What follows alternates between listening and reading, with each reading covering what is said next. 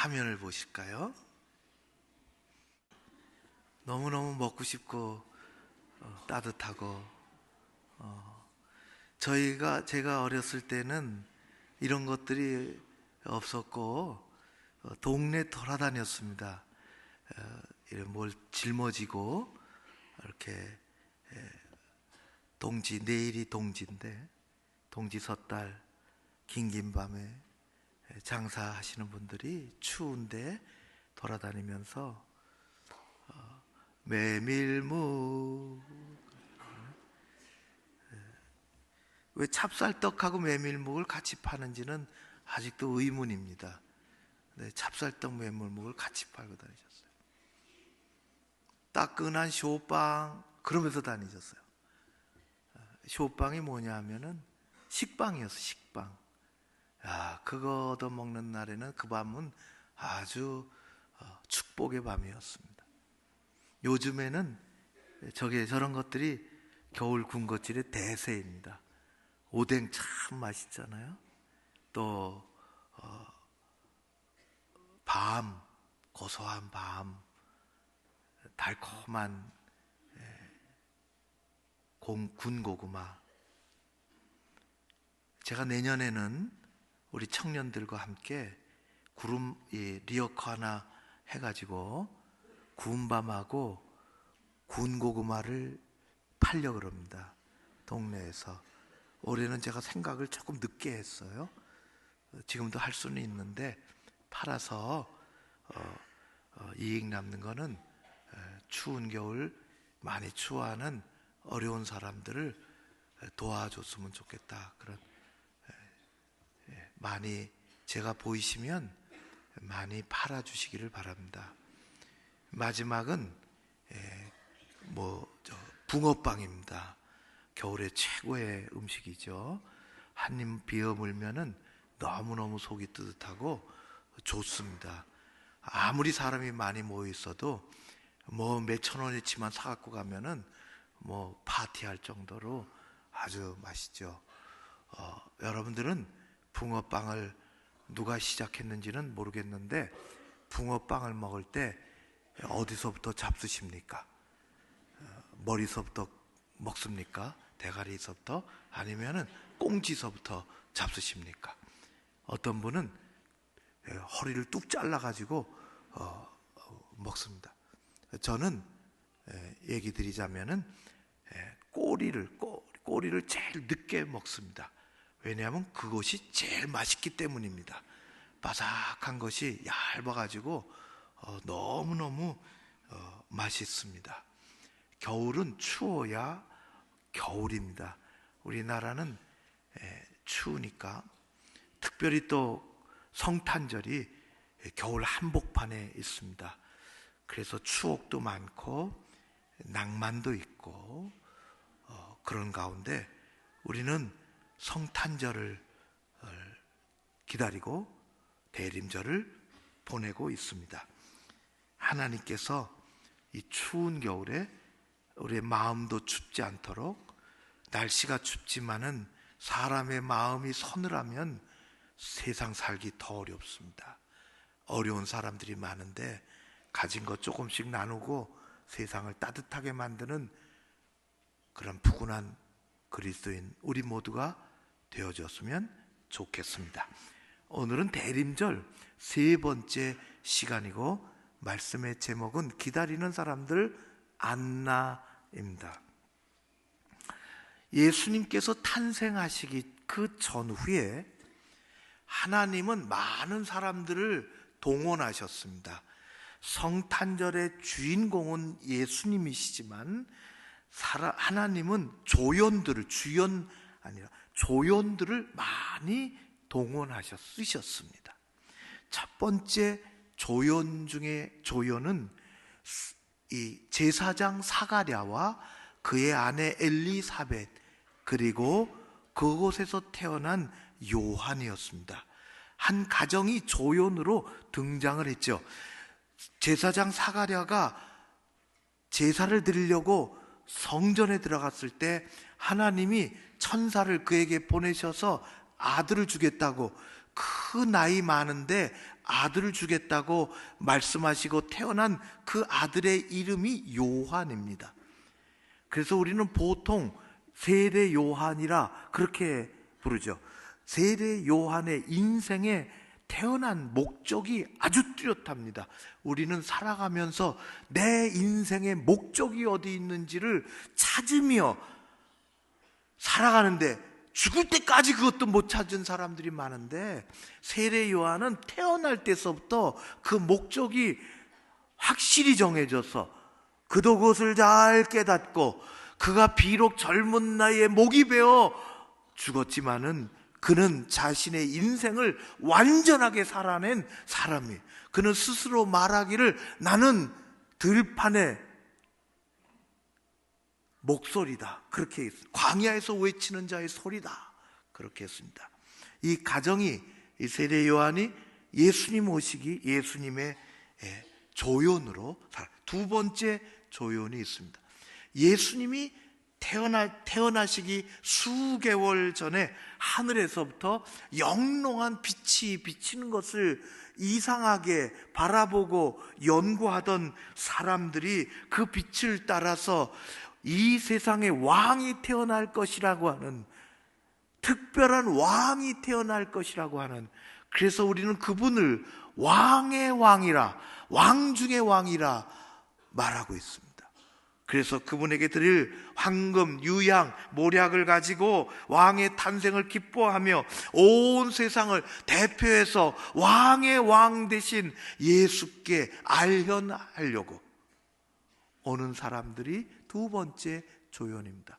세 번째 조연은 예수님께서 마구간에 태어나시던 날 그 밤에 베들레헴 벌판에서 자신들의 양떼를 지키고 있던 목자들에게 하늘에서부터 강한 빛이 마치 서치라이트처럼 강하게 비치고 어디선가 천사의 음성이 들렸습니다.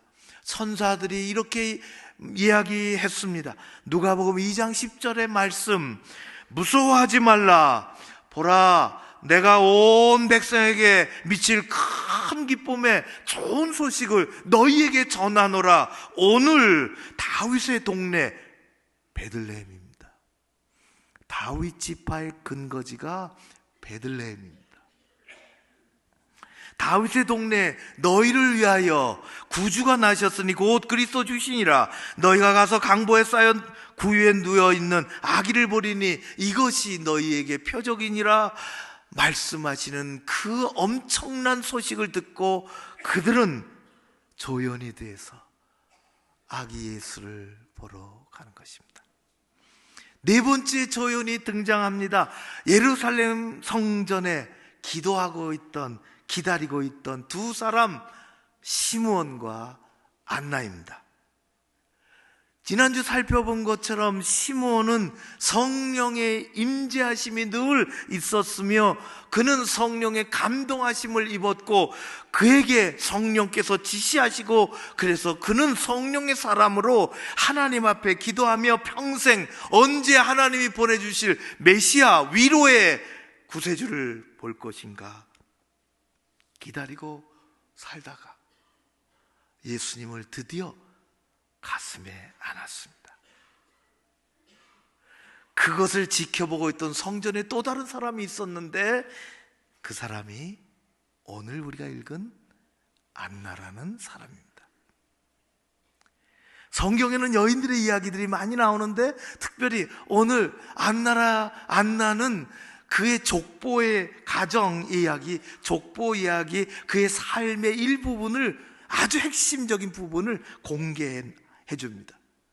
안나가 어떤 사람이었는가? 안나는 아셀 지파 바누엘의 딸이었다. 여자 선지자였다. 아셀은 우리가 잘 아는 것처럼 야곱이 12아들이 8번째 아들이요. 한 아들 12이 다 지파를 형성하는데 그래서 아셀 지파가 됐습니다. 이스라엘의 옛 문헌에 의하면 이 아셀 지파의 여인들은 다른 지파보다 조금 달라서 다른 지파 여인들보다 더 아주 정숙하고 또 외모도 좋고 그랬던 기록이 있습니다. 이 안나의 이름의 뜻은 은혜입니다. 은혜. 구약에 안나와 비슷한 사람이 살았습니다. 우리가 잘 아는 것처럼 한나라는 사람입니다. 이름이 안나, 한나 똑같은 이름입니다. 똑같이 그 뜻은 은혜입니다. 한나는 구약의 기도의 여인이죠. 그도 슬픈 삶을 처음에는 살았습니다.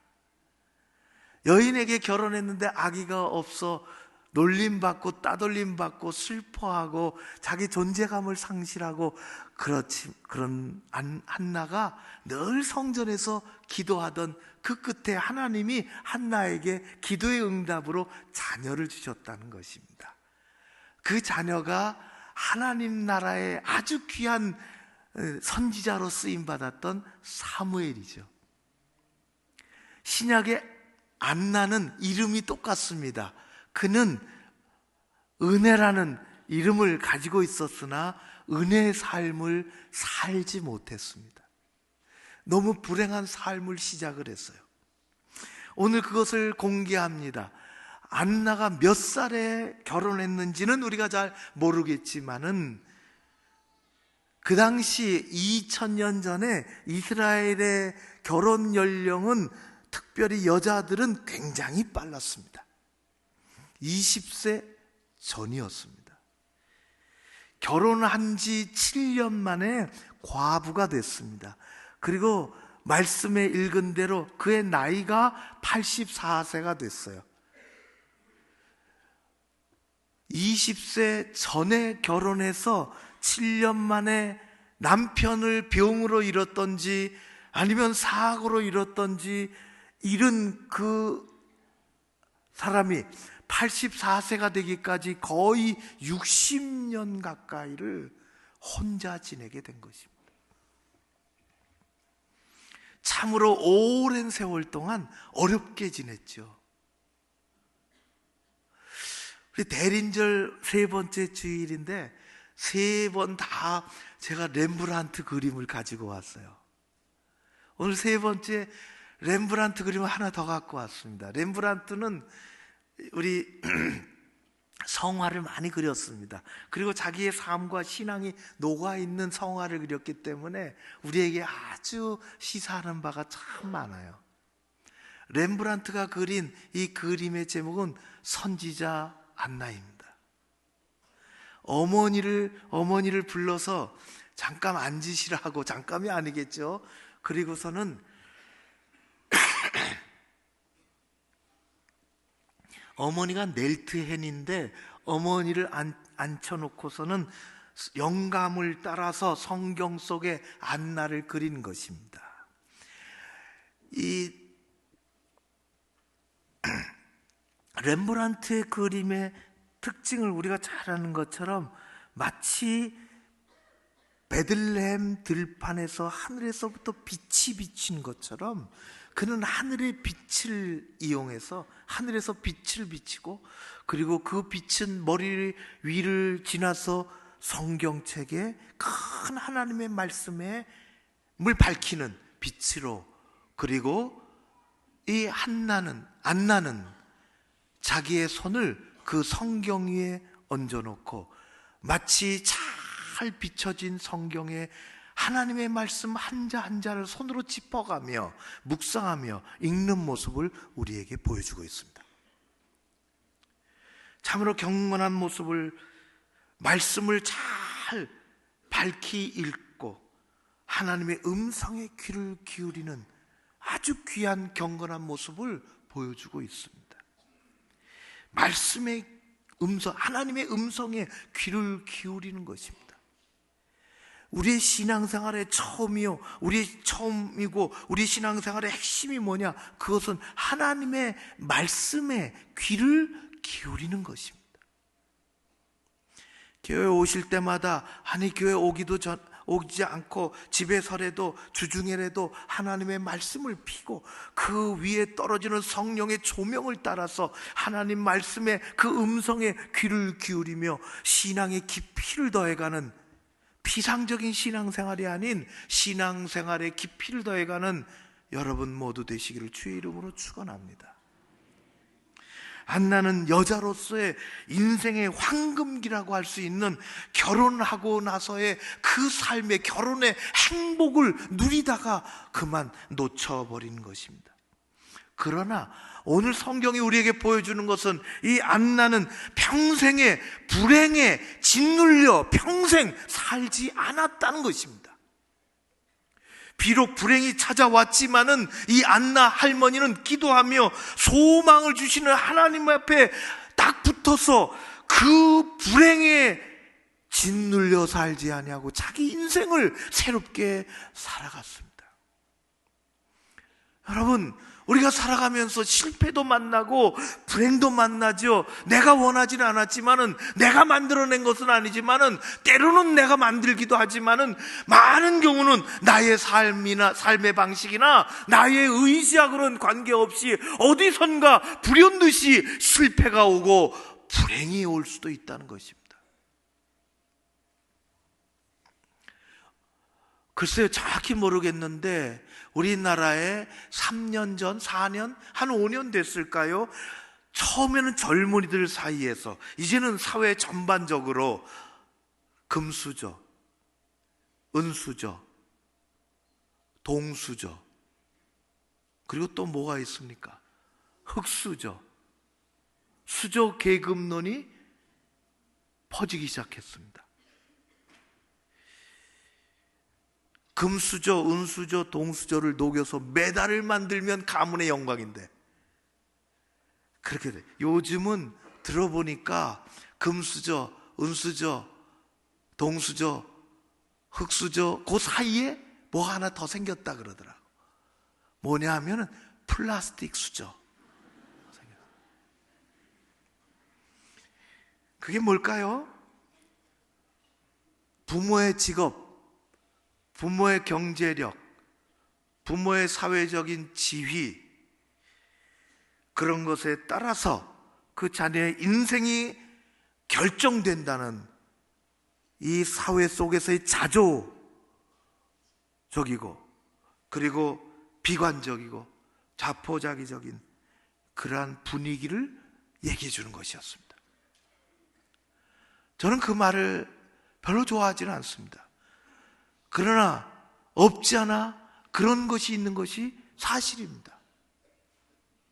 사회가, 국가 제도가 잘 마련돼서 정직하게 경쟁하고 실력대로 인정받도록 만드는, 그래야 된다는 것이 한쪽의 얘기예요. 그건 맞습니다. 우리 사회 그러지 않은 경우가 너무 많으니까, 특별히 나라의 의사결정을 하려고 하는 많은 사람들, 정부의 고위공직자들, 청와대 사람들마저도 우리는 알 길이 없는데 청문회 하는 것을 보면은 불편한 진실들이 너무 많이 있지 않습니까? 우리들은 집 한 채 사기 어려운데 집을 몇 채씩이나 자기는 가지고 있고, 집을 이제 더 이상 사면은 뭐 하겠다고, 세금을 어떻게 하겠다고, 참 자가당착에 빠지는 이야기들이 얼마나 많은지 모릅니다. 그러나 저는 이 말을 달고 살지 않습니다.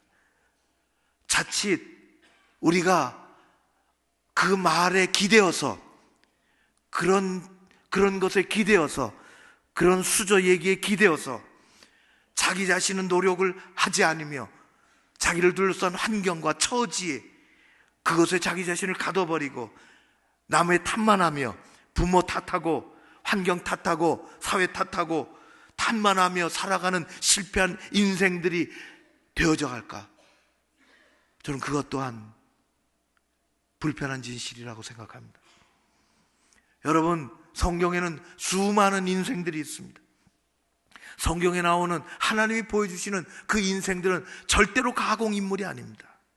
소설에 등장할 것 같은 미화된 인물도 아닙니다. 성경 속의 인물들은 그때 그곳에 살았던 실제 인물들이고 실제 상황들입니다. 성경에 보면 한 번 등장했다가 사라지는 사람들이 얼마나 많은지 모릅니다. 한 번 등장했다가 사라지지만 우리에게 필요해서 하나님이 성경 속에 그곳에 넣어둔 인물들입니다. 열악한 환경 속에 살았던 많은 사람들이 있습니다. 안나와 같이 역대상 4장에 보면 야베스의 이야기가 나옵니다. 야베스 4장, 역대상 4장 9절에 이렇게 시작합니다. 야베스는 한 번 등장했다 사라지는 인물입니다. 야베스는 그의 어머니가 이름하여 이르되 야베스라 하였으니 이는 내가 수고로이 낳았다. 아이를 낳으면은 아버지가 이름을 짓는 것입니다. 지금도 그렇지만은 그 당시 그렇습니다. 그러나 아기를 베고 이제 즐거움, 행복을 기다리는 그 여인에게 남편은 어떻게 죽었는지 죽었습니다. 그리고 아기를 낳지요. 어머니가 아기를 이름을 지었습니다. 지어줄 사람이 없습니다. 그래서 어쩔 수 없이 어머니가 졌어요. 낳고 이름을 야베스라. 야베스, 나는 고통이고 너는 불행이다, 그런 뜻입니다. 불행한 인생이 시작됐다는 것입니다. 아기가 태어나 아버지가 이름을 짓지 못하고 어머니가 야베스 유복자 이름을 그렇게 지어준 것입니다. 그러나 야베스는 불행한 환경에 갇혀 있지 아니하고 부모를 탓하지 아니하고 그는 하나님을 향하여 긍정적인 믿음을 가지고 태도를 가지고 살았으며 그 후의 이야기는 그런 야베스에게 하나님이 어떻게 하셨는지를 성경은 이야기해주고 있습니다. 하나님은 야베스의 지경을 넓혀주시고 그의 기도를 응답하시고 전혀 새로운 인생을 만들어주셨다는 것입니다. 실패는 우리가 어떤 일에 한번 실패했다는 것이지 우리 인생 전체가 실패했다는 것이 아닙니다. 불행은 우리가 어떤 일을 좀 하다가 좀 안 돼서 바라던 것이 잠시 멈췄다는 것이지 우리 인생 전체가 멈춘 것도 아니고 우리 인생 전체가 불행하다는 것도 아닙니다. 우리는 외부 환경이나 주변에 그것이 우리를 둘러싸고 있는 것이 내게 발생한 어떤 일들이 우리의 인생을 결정 짓지 않도록 우리는 그렇게 살아야 하는 것입니다. 안나는 그 인생의 꽃이 활짝 피어야 할 때 그만 봉우리가 꺾이고 살았습니다. 그러나 이 안나 할머니는 자신을 불행의 틀에 가둬놓지 않았습니다. 성경은 이렇게 얘기합니다. 그는 평생 성전을 떠나지 않았다고. 성전을 떠나지 않았다는 것은 많은 내용을 함축하고 있는 아주 포괄적인 아주 중요한 한 인생을 가장 핵심적으로 드러내주는 말씀입니다. 그는 불행이 닥쳐왔지만은 성전을 떠나지 않았습니다. 성전을 떠나지 않았다는 것은 하나님을 한시도 떠나지 않았다는 것입니다. 하나님의 말씀을 붙잡고 약속을 꼭 붙잡고 기도하며 하나님 바라보며 살았다는 것입니다. 새벽 기도 시간에 어느 날 늘 찬송을 하죠. 새벽 기도에 반주자가 계세요. 새벽 기도에도 참 새벽 기도에 늘 반주하는 거 쉽지 않은데요. 감사하죠. 최근에 또 기도했더니 자원하시는 분들이 생겨서 또 나눠서 하니까 더 좀 좋습니다. 오늘 새벽 기도에 찬송을 부르는데 85장이었습니다. 얼마나 그날 따라서 이 찬송이 은혜가 됐는지 모릅니다. 5절까지 있는데 1절만 보면 이렇습니다. 구주를 생각만 해도 이렇게 좋거든. 주 얼굴 배울 때야 얼마나 좋으랴. 구주를 생각만 해도 이렇게 좋거든. 그 얼굴 배울 때야 얼마나 좋으랴. 이게 신앙입니다. 생각해도 너무 좋은데 그 얼굴 배우면 얼마나 좋겠나 하는 것입니다. 성전에서 아기 예수를 본 안나의 고백입니다. 안나가 그렇게 살았습니다. 여러분, 우리의 신앙생활의 핵심이 여기 있습니다. 예수님 보니 너무 좋다는 것입니다. 생각만 해도 좋은데. 여러분 생각해 보십시오. 그 당시 유대 사회에는 하나님의 약속하신 메시아를, 그분이 오시기를 기다리는 수많은 사람들이 있었습니다. 사회 속에서 대표적인 사람들은 제사장이요, 서기관들이요, 바리새인들이요, 당국자들이었습니다. 그들은 구약의 예언의 말씀을 잘 알고 있었습니다. 그리고 공부도 했던 사람들입니다. 하나님이 메시아를, 구세주를 보내주실 것이라고. 그들에게는 어느 정도 성경적인 지식이 있었지만 하나님의 음성은 멀리 했습니다. 성경적인 지식은 있지만은 하나님하고의 교제는 없던 사람들입니다. 그들은 하나님을 머리로 알고 있었지만은 마음으로는 멀었던 사람들입니다. 그래서 종교 생활은 할 수 있었지만은 신앙 생활은 멀었던 사람들입니다. 그들에게는 사람의 자랑이나 인간의 의는 있어도 하나님의 의가 없었으며, 그래서 기도하지도 않았고 경건하지도 않았습니다. 그들은 도의하고 논쟁하는 데는 아주 밝았지만은 순종하고 기도하는 일에는 멀었습니다. 그래서 그들은 위로자, 메시아, 그리스도, 이 땅에 오셨지만 그분을 알지 못했으며 만나지 못했으며 십자가에 돌아가시는 순간까지도 그들은 만나지 못했습니다. 그러나 보십시오. 하나님이 사용하시면 비록 조연이지만 성전 안에 시몬과 안나를 하나님은 불러 세우셨습니다. 경건한 사람, 기도의 사람들, 시몬과 안나를 하나님은 사용하셨습니다. 그래서 시몬에게 아기를 안겨주시고 안나가 보게 하셨습니다.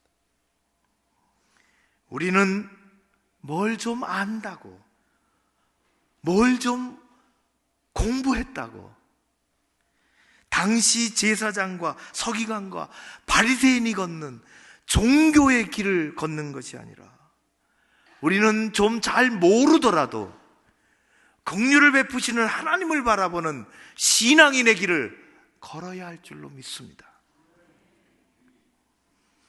고난의 세월 가운데서 주님을 향한 기도를 잃지 않고, 하나님은 그런 그들에게, 그들은 얼마 전에 베들레헴에서 무슨 일이 일어났는지 알지 못하지만 그저 기도하고 기다리는 그 끝에 예수 그리스도를 만나게 해주신 것입니다.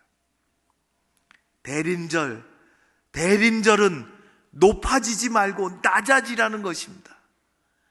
회개하고 기도하라는 것입니다. 그리고 하나님의 사랑을 필요로 하는 사람들에게 그것을 나누라는 것입니다. 손을 움켜쥐고 살지 말고 가진 것이 작을지라도 나누고 낮아진 마음에 하나님의 긍휼을 구하고 살라고 말씀하시는 것이 대림절입니다. 머리로 종교생활 아무리 해봐야 거기는 간증도 없으며 은혜도 없으며 진정한 찬양도 없으며 길거리 노래는 있을지 모르지만은 우리는 그런 것을 떨쳐버리고 마음으로 기다리고 기도하고 우리 주님 만나면 얼마나 좋을까 신앙생활을 해야 합니다. 그런 여러분들 되시기를 바랍니다. 그것이 고난을 이기는 힘이요 하나님의 일을 해내는 그것이 능력이요 예수 그리스도 우리 안에 살아계실 때 우리는 이 땅에서 하나님의 종들로 이 세상을 변화시키며 교회를 붙들고 세우며 멋있는 인생 살아갈 수 있습니다. 그럼 복된 은혜가 대림절 여러분들에게 가득하시기를 주의 이름으로 축원합니다. 기도하겠습니다. 고마우신 아버지 하나님, 날씨는 추워지고 세상은 각박해지는 가운데 우리는 예수 그리스도 오심을 기다리는 대림절을 살아갑니다. 오셔서 우리 가운데 임하시고 우리 가정의 주인이 되어주시고 우리 인생의 어두운 부분을 밝혀주시고 우리가 손을 펼치고 마음을 열고 세상의 이 혹독한 날씨보다도 더 추워하는 사람들에게 다가가고 베풀고 함께 나아가는 우리 모두가 되게 하여 주시옵소서. 아버지께서 우리의 삶 가운데 주관자가 되어주시니 감사드리오며 예수님 이름으로 기도하옵나이다. 아멘.